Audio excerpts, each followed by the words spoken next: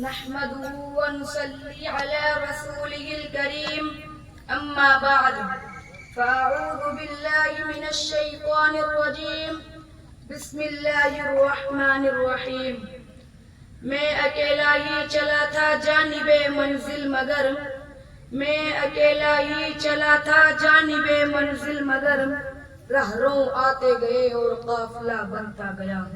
حضرات، اساتذہ کرام و مہمانان عظام اور طلباء عزیز و طالبات، ہر سال کی طرح اس سال بھی ہمارے مدرسہ دعوت الاسلام پبلک اسکول تیور میں جشن یوم آزادی بڑے جوش و خروش کے ساتھ منایا جا رہا ہے. اس مبارک موقع پر میں اپنی طرف سے اور اپنے مدرسے کی طرف سے آئے ہوئے تمام مہمانان عظام کا خیر مقدم کرتا ہوں اور اپنے تمام شہیدان وطن کو خراج عقیدت پیش کرتا ہوں اور جشن یوم آزادی کی بہت بہت مبارکباد پیش کرتا ہوں.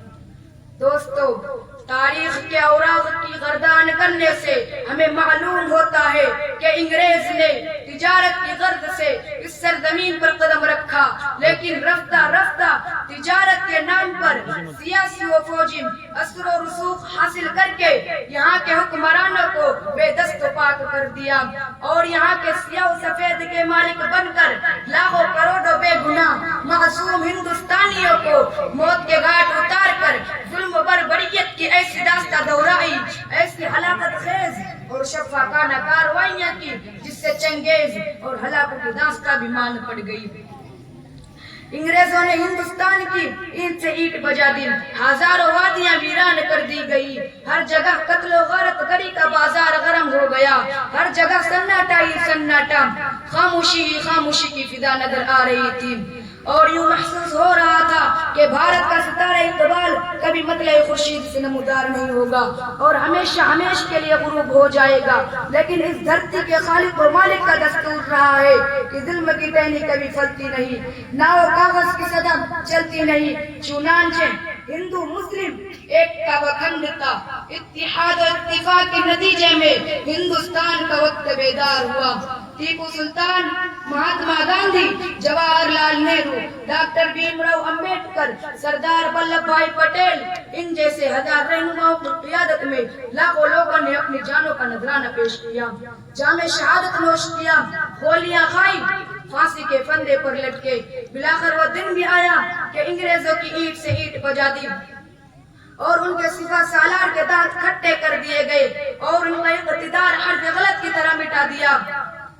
اور لاکھوں قربانیوں کے بعد بلاخر وہ دن بھی دیکھنا نصیب ہوا کہ انگریز ہمارے ملک کو چھوڑ کر جانے پر مجبور ہو گئے. الغرض 15 اگست سن 1947 کو ہمارا ملک ہندوستان آزاد ہو گیا. حضرات، ہندوستان میں مختلف مذاہب کے لوگ رہتے ہیں جو اپنے اپنے تہوار مناتے ہیں، لیکن کچھ قومی سطح کے تہوار بھی ہیں جو تمام مذاہب کے لوگ مناتے ہیں. ہر ملک کی تاریخ میں کچھ ایسے بھی اہم دن اور سن ہوتے ہیں جن کی اہمیت کے پیش نظر قوم اس کو یاد رکھتی ہے. اسی طرح ہمارے ملک ہندوستان میں 15 اگست سن 1947 کا دن نہایت اہم ہے، کیونکہ اسی تاریخ کو 200 سال کی غلامی کے بعد ہمارا ملک ہندوستان آزاد ہو گیا.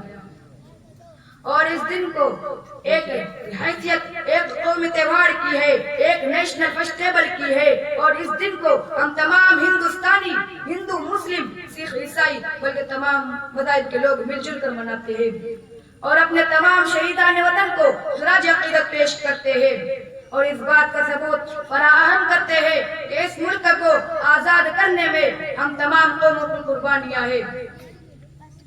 میرے دوستو، آزادی کا ایک لمحہ غلامی کی ہزار سالہ زندگی سے بہتر ہے، لیکن آج ہم فخر سے کہتے ہیں کہ ہم آزاد ہیں، آزاد ملک کے باشندے ہیں. لیکن یہ آزادی ہمیں ایسے ہی نہیں مل گئی، بلکہ یہ آزادی کے لیے ہم تمام ہندوستانی، ہندو، مسلم، سکھ، عیسائی بلکہ تمام مذاہب کے لوگوں نے اپنی جان و مال، اپنی اولاد اور اپنا گھر بار لٹا کر، حتیٰ کہ اپنے خون کا ایک ایک قطرہ دے کر اس ملک کو آزاد کیا اور یہ عہد کیا تھا کہ ہم رہے یا نہ رہے لیکن ہمارا وطن سلامت رہے. جبکہ انگریزوں کی تاریخ دانوں نے بھی لکھا تھا کہ ہندوستان کبھی آزاد نہ ہوتا اگر یہاں ایکتا و اکھنڈتا، اتحاد و اتفاق نہ ہوتا۔ آج ملک کے حالات کو دیکھتے ہوئے ایسا معلوم ہوتا ہے کہ آج پھر ضرورت ہے ایکتا و اکھنڈتا کی، اتحاد و اتفاق کی۔